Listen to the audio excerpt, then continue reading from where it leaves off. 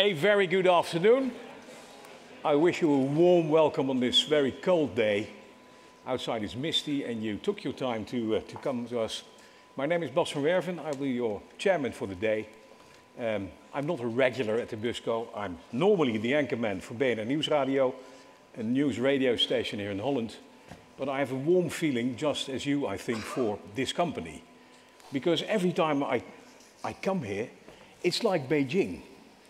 You come here, it gets bigger, it has more people, and there's more buzz and more things going on. It's unbelievable what Ebusco does. And if you're in the news like me, you'll notice that every so once in a while, you get to hear new things about Ebusco. They listed this year. They grew to 650 people. Unbelievable. This is big. They are opening a production facility in Rouen in France because French governments know exactly what to do, get the diesels out of the city and get electric buses in. And people who know me always say, you are against electric. No, I'm not against electric. I'm very much for a nice noise in a normal person's car. But in cities, diesels, we can't do that anymore. And that's what Ebusco proves every time. You know the 3.0. We will reveal the 18 meters, the harmonica bus, I always call it, this afternoon. But before we do that, I would like to ask you a few minor things. Please switch off your phone, put them on the flight mode, please. And we will close shop exactly at 4 o'clock because the people at Ebusco also need to party, and that's after this short party. So I hope you'll understand. First of all, I would like to introduce a very special guest, and I would have loved to have her here on stage, but she can't be. She's at the moment, she's our Minister for the Environment, Bijvelds Heijnen, and she has to take the place of Mark Harbers because Mark Harbers is abroad. That's our Minister of Infrastructure. So she has to do the ministerraad this afternoon, so she can't be here, and hopefully on the way home she will make it and come by. Dus you might see Bijvelds Heijnen somewhere during the tours. We will have an introduction shortly by the CEO, Peter Bijvelds. Afterwards we will reveal the bus, obviously, and then you can ask questions to the experts that are at the bus. I don't know where it is. Maybe there. And we will tour the facility here. So that's the program for today. Enjoy, please network. And this is the right time, I think, to introduce Bijvelds Heijnen, our Minister for the Environment. Peter Bijvelds and the rest of the Ebusco team. Dear guests, what a pity I can't be there in person for this unveiling ceremony due to the weekly meeting of the Ministerial Council which I have to attend. Luckily, since the pandemic, we have come to see virtual attendance as nothing out of the ordinary, so that's a relief for me in this case. A lot has happened since the King opened your new factory in Deurne, and now we are here to celebrate your new milestone, the 18-meter Ebusco 3.0. I'm very happy with the advances being made in the area of zero-emission buses. And I'm not alone. A recent survey showed that passengers would much rather travel in an electric bus than a noisy diesel one. Public transport is crucial to our society, and we have some ambitious climate targets to meet. And that's why I'm making every effort to accelerate the transition to zero-emission mobility and make it a success. So I'm proud of that. Thanks to innovative businesses like Ebusco, public bus transportation is at the forefront of this transition. We're on track to achieving our goal of having a fully electric bus fleet by 2030. More than a quarter of Dutch buses are already electric. We're leading the way in Europe, and globally, only China is ahead of us. I want to maintain this position by continuing to subsidize the purchase of electric buses and investments in the power grid in 2023. There's a huge demand for clean, quiet and comfortable buses to get people where they need to be. That much is clear from the spectacular growth you're also enjoying. Production in Deurne is being increased to 2 buses a day. And from the end of 2023, 500 buses per year will be rolling out of your new factory in Rouen in France. I'm very pleased with your bold and innovative undertakings and your broad outlook in investing in energy storage and smart charging. This inspires me to continue working with you and other parties to make public transport as attractive, clean and affordable an option as possible. I hope you enjoyed the rest of the celebrations today, and I'm secretly looking forward to the Ebusco 4.0. Vivian Heijnen, ladies and gentlemen. Yeah, so now the moment you've all been waiting for, but that will be introduced by the man who has the celebration today as the CEO of this company, Bijvelds.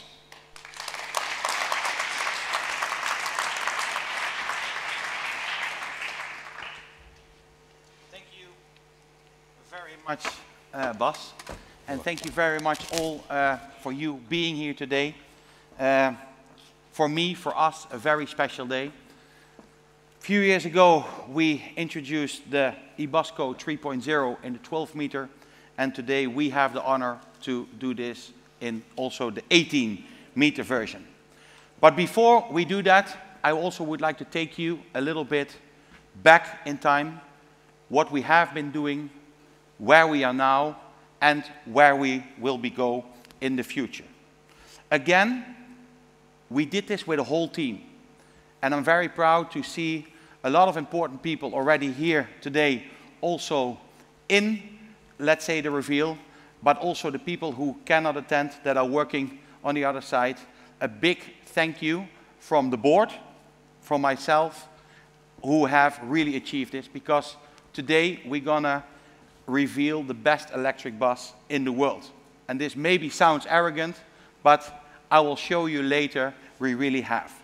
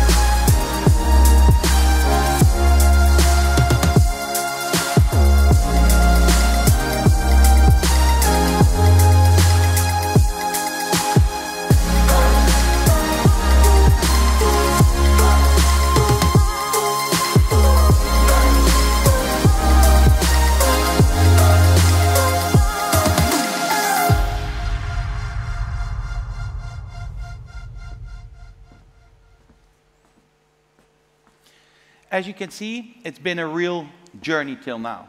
As we started at one of the first electric bus manufacturers in Europe, where we started driving in Finland, all the way ramping up to the position where we are now. Having a listed company, having driven over 60 million kilometers zero emission, was been a really big journey, where we learned a lot and where we always kept our three very important items very high. And I will come to that very soon. That's our TCO, our stability from the product itself, and last but not least, innovation, because that's the reason why we exist. I also want to bring you to the last year, or this year, 2022, where we had a huge ramp up. We had the listing end of last year, and we are ramping up towards our 3,000 buses a year. And we are doing that with a lot of new colleagues. So in total, as Bas already mentioned, we are on 650 colleagues, far over 600. But even maybe more impressive is that we grown for the last couple of months over 10% of our staff each month.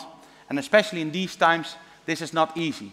But I think a part of our HR our long relationships with universities all over the world, and let's say being chosen to one of the most sexy employers of the Netherlands, we can find a lot of motivated people. We have also shown that and signed a contract for a new facility in France, Rouen. This is also a big step for us because that's another very important factory in France where we also see a lot of potential, where we also gonna build our 3.0s. We have this year launched our first right-hand drive vehicle in Australia. This has also been a big step for us, especially because a lot of engineering has taken place to make the bus not only half a meter longer, but also 5 centimeters less width, as you maybe know. This has huge implements for the engineering of the bus, but we are very happy to also open up that market. Also, another big point is that we have grown our order book over 1,400 buses. At the moment, Q3, we are 1,424 buses in our order book. This is, of course, very, very necessary. And especially what helped us a lot is that we got the real-time data from our 3.0 at our customer in Munich that really showed what we had in the models before, but even a little bit better, that we have a huge weight saving compared towards our competition. Also, we build out further our ecosystems, our charging systems, but also energy storage systems. Maybe you have seen that we have signed our first contracts already in the energy storage business, and we can see that a lot of more demand at the moment is coming that. We have been moving, as we also said before in the IPO, from an only electric bus manufacturer to supplying a complete ecosystem, meaning also the charging systems and also the energy storage system to, let's say, make the grid balancing easier to get the congestions out of the whole network. As I said, the real road data really helped us with the 3.0 in Munich, driving in a line where we thought we would be around 31% better. We see that we are 35% better, sometimes even 30, up to 40. Especially also by what's happening in the energy market, this is really, really important. Outside pricing, also energy security is getting more important, and also the amount of energy that I need to distract from the system to do my thing, let my buses in our case drive around. I want to bring you now already further why we are all here today, to show you our latest model, the Ebusco 3.0 18 meters. And before that, I'm going to show you a short video what gives you a feeling how we came to this point, how proud we are at our people who have achieved this. And trust me, they have been working day and night to achieve the things that you will see here today. And like I said, it is the best electric bus in the world.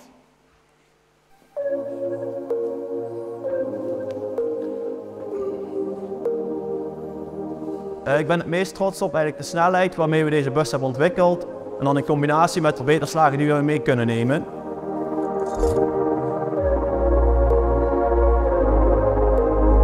De eerste lichtgewicht 18 meter bus in de wereld is. Dus daarmee schrijven we echt geschiedenis bij Ebusco. En daar ben ik trots op. I'm proud of the growth. I'm proud that we are a young player in the market, but already stirring the market.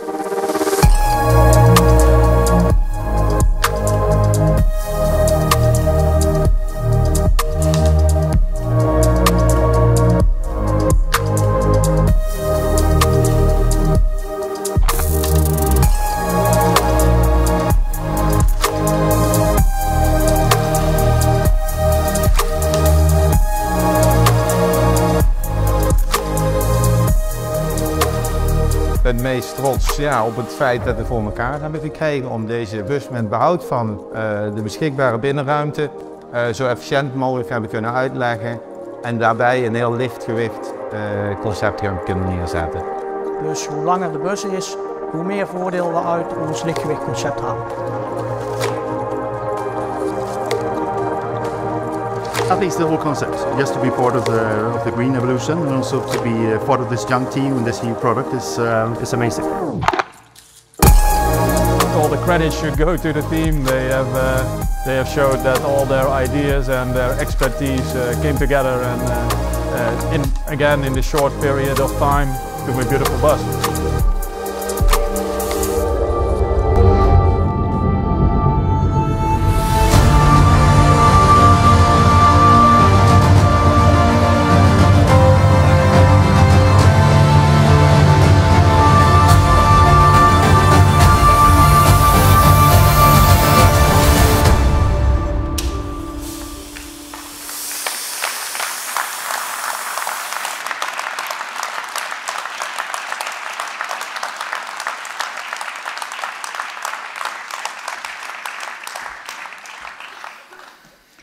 So this is our Ebusco 3.0 80 meters.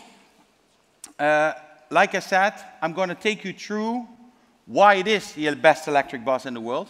And as I also said before, I will start with TCO. This is one of the most important things in the bus world I learned the hard way in the beginning. Because when we started in 2012, we were the first one with an electric bus at the IAA in Frankfurt.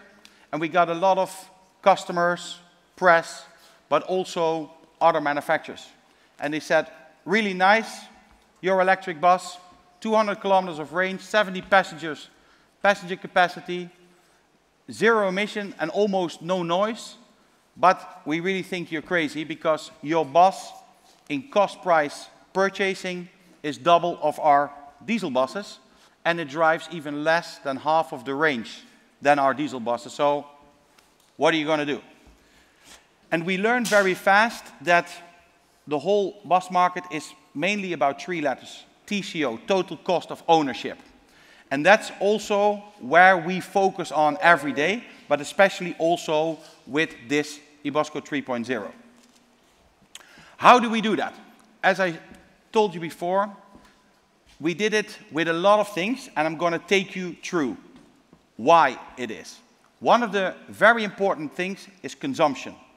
And how do we get a better consumption? But it's also maintenance. Yes, how can we lower down the maintenance on the bus? How can we, let's say, get the rolling resistance better so we need less energy? How can we make sure that we don't need to do so many battery replacements? And if we need to replace the battery after 8 or 10 years, the battery is as small as possible, so the cost and the footprint is also as small as possible. All these things have been developed by our team, keeping in back of mind the TCO, the total cost of ownership. Also, what is very special about the 3.0 is the installation. So also that I will show you later.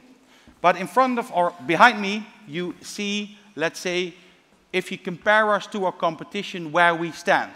And I think this makes it very clear. If we look at our competition, what is the empty weight of our competition at this moment of 18-meter buses on the market? Then you see that our 18-meter in empty weight is on the level of our competition of the 12-meter. But we have an 18-meter with a passenger capacity of up to 150 passengers. And this weight is extremely important. As a friend of mine told me a long time ago, he said it's not so much about the kilowatts, but it's more about the kilos. And we will show you today why this is so important. I always give the example, if you would start running tomorrow with a backpack of 35 kilos, it will have a heavy impact on your running, both on the energy that you need to get yourself forward, but also the damage it will bring more on your back or on your knees or on your ankles. So weight is extremely important. So we have the 3.0 80 meter in 2 variants where we can go to a range of 700 kilometers on a single charge, and we can bring 150 passengers. These are, let's say, the same level of passenger capacity as a diesel bus, for example. This is very important, also in combination of the range. When we started, sometimes range were not sufficient to drive a whole day without intermediate charging or driving back to the depot. Everybody and a lot of people know from you here with a lot of experience that that is killing for your TCO. Because one of the most expensive things on an hourly rate in the bus is sitting in the left front. This means if he needs to recharge intermediate or he needs to drive to the depot, it will kill your TCO. So that's why we focused very heavily on the range, but also on the passenger capacity. As you know, batteries are more heavy than, for example, diesel, but we don't want to give in on passenger capacity. So we also achieved here to be equal with a diesel bus and have 150 passengers on board on the European type approval. If we then go more in detail, I will go through some parts where we really focused on in our company and especially on engineering. And one of the things we have been working with very heavily is, of course, batteries. And we already used always lithium-ion batteries. One, of course, is safety. They have a very high safety level, a thermal runaway above 700 degrees. But also, out of an ethical reason, we don't want to use cobalt. And also, the 3.0 18 meter doesn't use those things. Outside that, we have worked a lot with the data we received to optimize our battery management system, to make sure that we can extend the lifetime of our battery. As I said, the battery is the most expensive component in an electric bus, so we want to extend the life as much as possible, also for the footprint. And with this bus, we can extend it already now to 10 years. This is something we are very proud of. We have worked very hard on the energy density. It's a little bit technically, but we are now on 187 watt-hours per kilo, watt per cell, on the cell level. This is extremely high because we want to get as much as possible energy in as small as possible volume and as low possible weight. And we designed a battery pack that is in the floor. We were the first one in Europe to achieve this. Also, the 18 meter has the battery pack in the floor. And this also has big positive advantages. Here you see how it's situated. So with the 18 meter, we have in total 12 packs in the floor.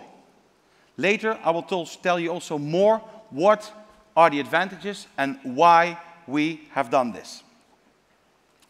Here on the concept, you can see that it helps mainly to get the drivability for the driver a lot better, but also safety. So we have done the test for a tilt-over test, and we went to the maximum of the machine, not, let's say, the European type approval certificate maximum, but from the machine, and the bus still did not tilt over. The reason why is that our center of gravity is very low. It's only 86 centimeters from the ground. To give you a comparison, a normal conventional electric bus is almost double. It's 1.50 meters, meaning that the drivers have a lot more work to do to have a better, let's say, and safe driving. So our drivability with this is a lot better. Also the height we have got lower to stay under the 3.2 meters. Other very big point where we made a lot of engineering in is the complete drivetrain, but not only the drivetrain, the whole suspension. So the whole 3.0 18 meter is the only bus in the world that has normal single tires on every axle. So if you look the front suspension, it's normal to have a single tire 275, but also on the driven axle, we have the same single 275 tire as we have also on the rear axle. This helps us, of course, in having less weight, because all other buses in the world will have double tires in the axles, especially on the second and the third one. We don't have that anymore, so that saves us a lot of weight, but also rolling resistance, as we are always looking for more efficiency. Also, it helps us to have the put-through to the bus much better. As you can see here, because we have those single tires, a wheelchair could get in. Chart can demonstrate you later. in the last door, for example, and without obstacles drive through the first door. This is unique, and maybe for some of you said, yeah, but what is that for use? Trust me, in public transport, the put-through of the people through the vehicle are extremely important. And with these singles, with the changes we made to the suspension, we are able to do this. Another important point is the installation of the total bus. We have shown you here a put-through from a sidewall.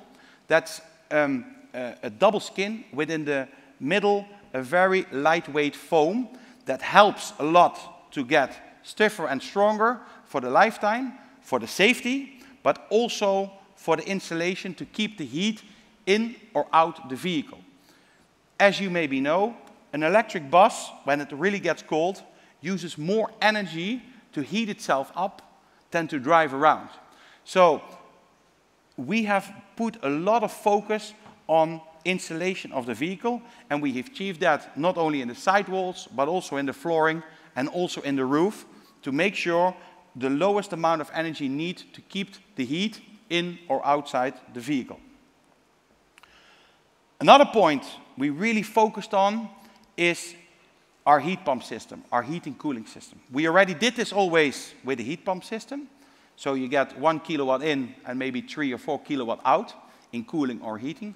But we went even one step further as an option. Our customers can choose now of a COP system, a CO2 system. That means that the material used in the system is under a GWP 1. This means for the environment, for the ozone layer. So that's a big advantage. But maybe an even more advantage point is that we can electrically heat till -20, but still have a COP of 2 to 3. And we have tested it for a long time with our partners in the climate chamber, and we have seen that even with temperatures from -10, our usage of energy is extremely low. And this will help us in the complete TCO to have the bus heated or cooled as necessary and wanted by the driver or the operator, and also use a very little amount of energy to do this. Another important point that we have done is solar cells on the roof. Normally this is very difficult because a lot of competition has also the batteries on the roof. Our roof, as you can see, is mainly empty. Only the heat pump system is on top of there, but the rest is flat roof. So we have developed around 18 square meters of solar cells with a very high efficiency, where we can deliver, let's say, up to 10,000 kilometers free per year. This, of course, depends a little bit on what area you live in the world. In Europe, it's approximately half, but it's still 5,000 kilometers that we get for free. Also, almost without any weight penalty. So all these things together help us every day to make a smaller footprint for our public transport, and also to be more efficient and to serve our customers in a better TCO to, on the end of the day, make the transition go faster, because that's, on the end of the day, what we want. So I brought you through a lot of aspects, and I've been sending a lot of information out.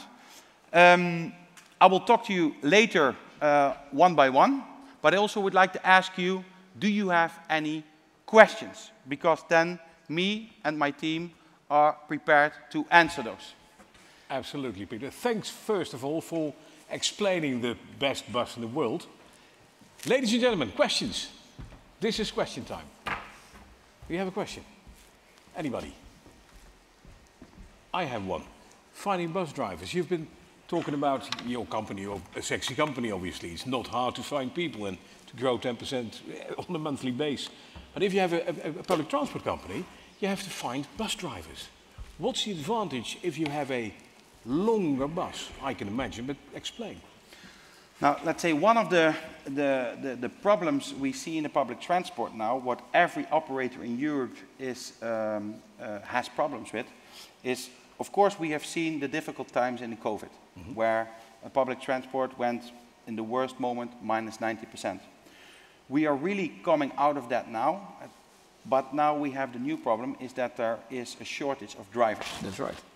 So what you see is that a lot of big cities already, the passengers amount kept growing all the time. Of course, with COVID it went down, yeah. But if you look over the last 15 years, every year public transport got bigger and bigger and bigger. Yeah. So you also see that, for example, in Germany, 50% of the fleet of public transport buses is already 18 meters. So this also helps, of course, because I can, with one driver, carry instead of 80, 90 passengers maximum, 150. 150. Yeah. So you can also lessen your lines, or the frequency in your lines, and still be able to transport the same amount of people. Correct. With Correct. just one bus driver. Correct. That's also good for total cost of ownership. That's very important. That's a very important. Yes. That's important. That's a good thing. The other thing, you mentioned something about the drivability, driver safety. Comfort, the guy in the front. What does he have to get used to? Because he's used to the normal bus, dieseling and stuff. And now, all of a sudden, he's got 18 meters behind him and he's in an electric bus. Yes. So, of course, the big advantages for the driver are that he doesn't have the sound of the diesel engine anymore.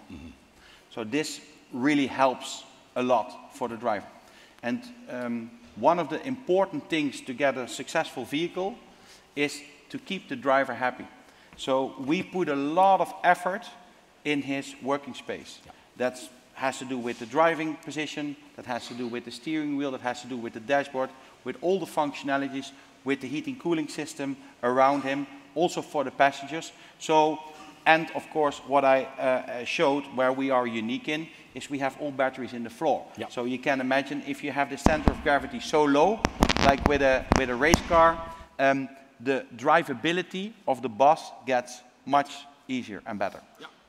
That's where the rally driver in you comes in, eh? Yeah. Always. Yeah, that's one more thing, we have got this huge energy crisis, Peter, at hand, which means that not only our fossil fuels get more and more expensive, but also electric energy gets more and more expensive. What's your view on this in matters of driving an electric bus? Now, I think what we have explained already for 10 years, one important point is, the first one is energy security. And we have seen that after 23rd of February this year, that energy security is more important than we thought before. Absolutely. And electricity we can produce ourselves. So we don't need to depend on whatever country or region to get it in. We can produce it by wind or solar ourselves. A part of that, of course, it's much more environmental friendly. So this is an important point. The other point is that, of course, also electricity went up a lot. Yeah. Yes? Percentage-wise, even more than fossil diesel fuels. or gas, That's than right. fossil fuels. Yeah. If you look in absolute numbers, not. If you look, let's say, in average before the crisis in the Netherlands, we were around 7–8 euro cent per kilowatt hour.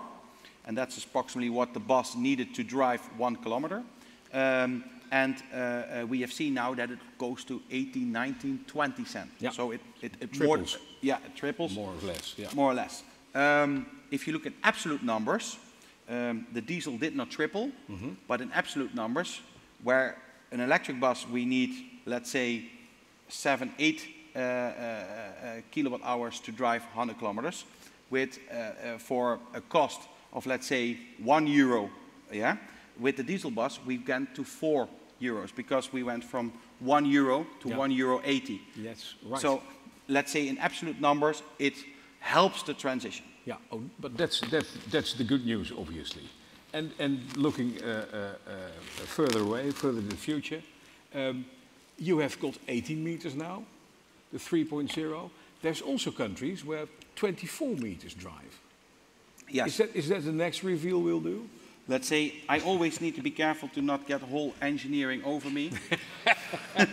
But for sure I can tell you that the concept is really worked out for that perfectly. Because also in the video you have seen one of the engineers saying that the longer the bus is, the more advantage we have with the lightweight technology.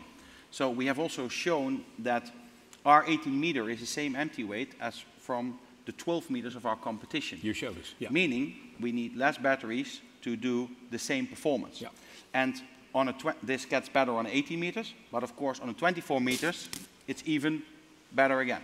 So there is for sure a possibility that there will be also ones at 24 meters. That'll be the biggest, best bus in the world. Yes. 3 Bs. Yes. That's good. A listed company now. How does that feel? Because you can't say anything anymore without being reckoned. No, that's true. It feels really good. Yeah. Yes, even that the markets, of course, are under pressure at the moment.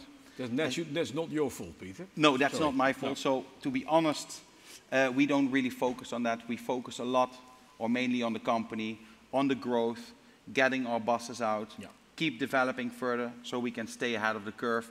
And let's say everything that happens in the listed part will come after that. Okay. Expansion-wise, we have to talk about that, because you showed us Rouen. You will take up a large chunk of the production facility of Renault in Rouen, because the Rouen Normandy public transport company also ordered 76 buses, I think. Eh? Yeah, in total 80 now. 80 now. Yeah, correct. Gets more and more. Even that gets more and more. Australia, we saw Australia, America. Yeah. What's the biggest expansion drive you have in the next 5 years? That's. Yes, so now you come to the point where I need to be a little bit careful. I you, yes.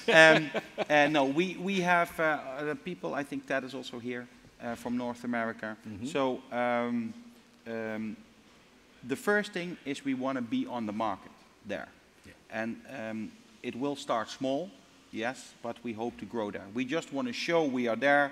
We want to show our potential. We want to show that we have a stable bus. We want to show that we can do it in the best TCO, let's say. Yeah. And that's where we're going to start with. Of course, that comes with a lot of homologation, a lot of changes, and this is also one of the challenges for Ebusco. But I hope that we can announce in not too long that we will have our first order in North America. That'll be nice. That'll be good. For sure. I saw one of your employees say, we are stirring up the market as a relatively small company, and I think that is true. Vivian Heijnen also said we'll endorse this company because we are very good. And you look at China, but here we are. This is Ebusco. This is Holland. 70 million people big, so it's not a very big country. You're not going to buy Twitter in the next future. No, I can promise you that. That's very good. Yes. That's very good. Other questions, ladies and gentlemen? Yeah. I have a very practical question. Please wait, because you get a microphone, that helps. Otherwise you lose your voice over the weekend. That's not good. Okay, well, who are you, please? Boston Hoyer. I'm one of the suppliers for parts of this beautiful bus. Well, first of all, congratulations with this new 18-meter bus. I have a very practical question. I understand the bus body is fully composite. That makes the bus lightweight. In case of 18-meter buses, they're also more sensitive to damage and accidents. How easy is it to repair a composite body compared to steel or aluminium? Yes. Good question, because we get this a lot. Bus workshops have already more than 100 years experience repairing steel buses, and this is of course a different technology. So when we developed this bus, we put extra focus on 2 items. That's the other question that we get a lot, is recyclability. So we focus that we have a very high rate of recyclability and reusability of the composite bus. The other point is what you just mentioned, damage. Buses unfortunately are, let's say, damaged a lot. And as you can see on the lower part of the bus, we have the sacrificing panels. So that's the same as a conventional bus. So if normally a car or, let's say, not too heavy truck will hit it, we just change the panels. Very simple, very fast, very easy. But let's say a metro or a tram drives inside. So we really damage the structure. Our engineers have made a whole procedure how to do it. And in fact, it's for sure not more difficult than a steel bus. We cut, let's say, if it's on one part of the bus, we literally cut from the top to below. We cut a piece out between the window pillars, and we glue, or I'm not allowed to say gluing, we bond one new part in there, and we are back on track on the same strength and stiffness. So we have put a lot of effort in that, and we have the procedures, so for every workshop this is not more difficult than a conventional steel bus. Very good. And is it just as fast to be able to repair as a steel bus, or even faster? Even faster. Even faster. Yeah, because these sidewalls are already implemented with all the necessary insulation, as I showed you before. Yeah. So it's fact only the bonding of the new part in between, and it's done. Yeah, that's good. And let's say also the stiffness and the strength of a sidewall is, let's say, composite has the aspect that it bends back. So where steel has a memory, yeah, and that's it. That's it. Here you really must make a heavy impact on the side to damage the real structure sidewall. Yeah, but not to hit trams. That's not the. Never do that. No. That's not good. Trams will win. Other questions, ladies and gentlemen? Yeah. Gentleman in the back. Could you please state your name? My name is Dieter Anker from Omnibus Spiegel, Germany. I have one question to Peter. Vivian Hagen mentioned the 4.0. How could it look like? And do you see anything at the 3.0 that should be improved? Yes, good question. We have thoughts about it. For the moment, we are really focusing on, let's say, rolling out the 3.0 and upgrading all the things necessary. I think if we go to 4.0, we will go more to autonomous driving. We are in a project already for platooning and also in the future for autonomous driving. So I think the 4.0 will go more in that direction. Does that answer your question? Yes. Other questions? I see another hand in the middle of the aisle. Oh, sorry. We have. Oh, sorry. Hi, Peter. Back to you, sir. The 150 passengers, is that with the maximum battery capacity you can offer? Yes, it's with the maximum battery capacity. The only change we do is that we have two different battery packs. And the bigger one, of course, to reach to the 700 kilometers is bigger, so more heavy, so less passengers. But we will change only the second axle from a normal 275 single tire to a little bit wider tire, still a single, where our load on that axle will be higher, and we keep the 150 passengers. Compliments for that. Thank you. Gentleman in the middle. Your name, please. Yeah, Cassander Verwij, JP Morgan. First of all, congrats, Peter. Fantastic, another fantastic achievement, I should say. Question, you showed a graph with your competitors in terms of weight.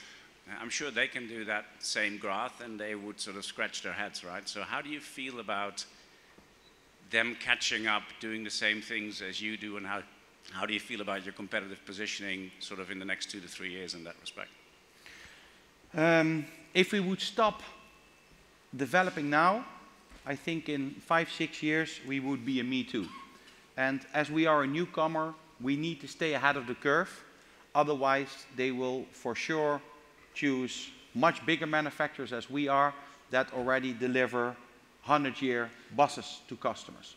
So we must stay ahead of the curve. That's why 1/3 of our company is still on R&D and development. And we will keep doing that. I think we have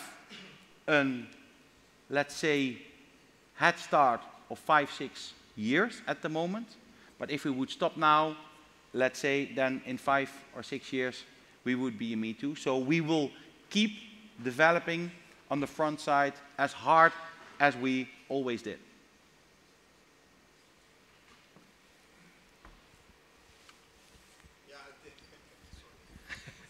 Yes, someone coming. Oh, that's very kind. Thank you, sir. With such a new product, you also get more and more questions. Yeah, that's what we're here for. So another question for Peter. It was mentioned Australia, USA, countries which have different vehicle specifications and requirements. How well is this vehicle already prepared for export to these countries? Yes. Of course, the vehicle that you see today is not allowed to go on the Canadian or US or, of course, Australian market, because also the steering wheel is on the other side. What I can tell you is that our engineers really took in consideration, yes, a lot of points in basis to be able to meet the local requirements without making huge changes. So, for example, if you would go to the towing hooks of this bus, let's say not a very interesting subject, but very important, it is already capable of meeting, for example, the US standards that are more heavy than, for example, the European ones. So those things and a lot of other things are already incorporated in the product. So this will help us to roll out to those other markets.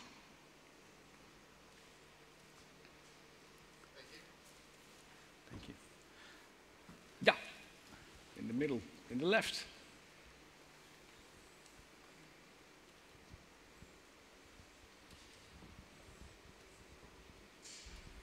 My name is Han van der Wal. I'm an independent advisor. You mentioned the 4.0, Peter, for autonomous driving, but is this bus already capable of doing autonomous driving on depots? Because 20% of the damage of buses is made on the depots. So that might be a small step to do if we could do autonomous driving there, and it will also be, well, much easier to do it there, because then you have less regulations from traffic and from insurance. Yes.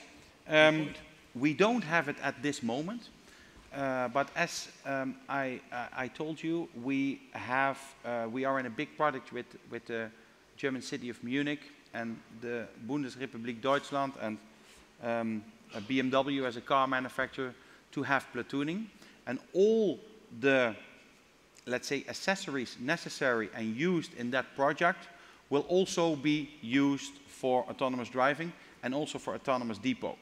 And you're completely right, the depot is a very interesting part because a lot of damages are done there, but also it will make the operator's life a lot easier when a driver only needs to show up at a certain point and time in the morning at the gate, and the bus is already heated up, standing at the gate, driving away. So for sure this is a focus point.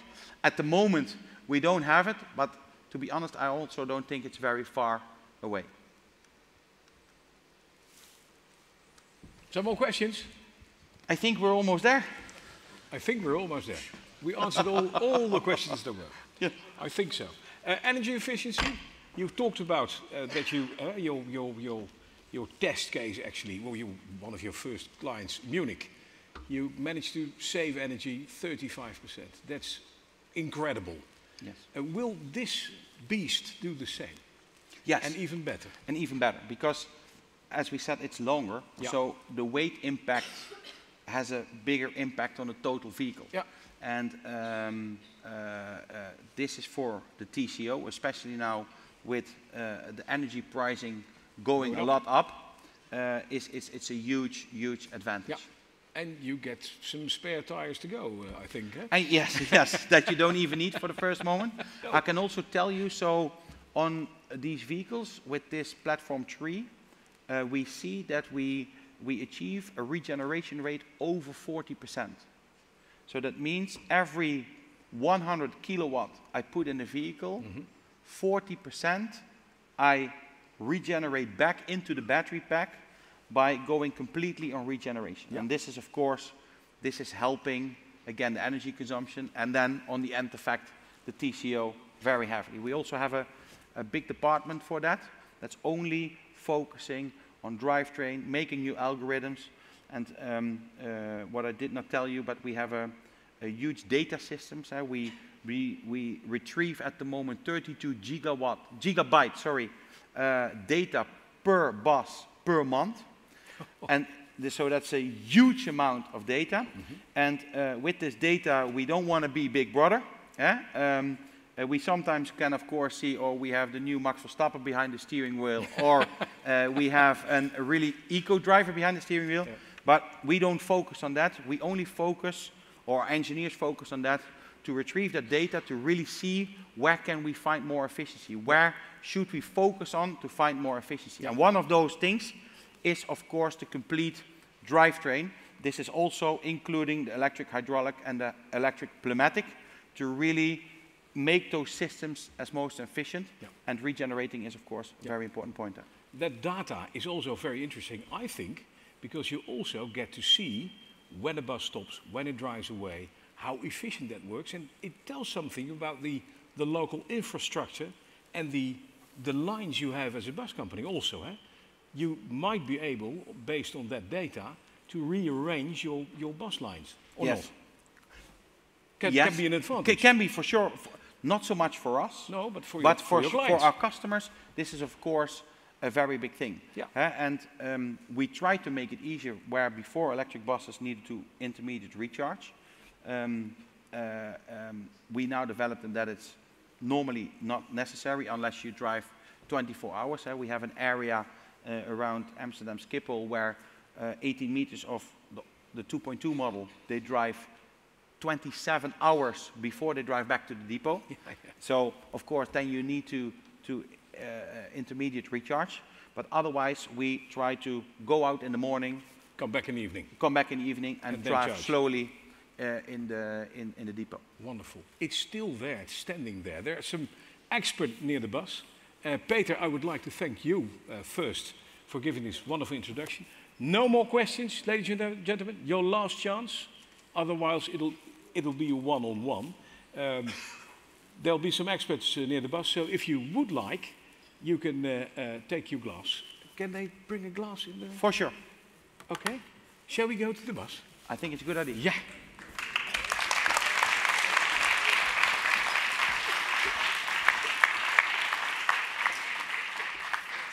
Oh ja, jeetje jongen.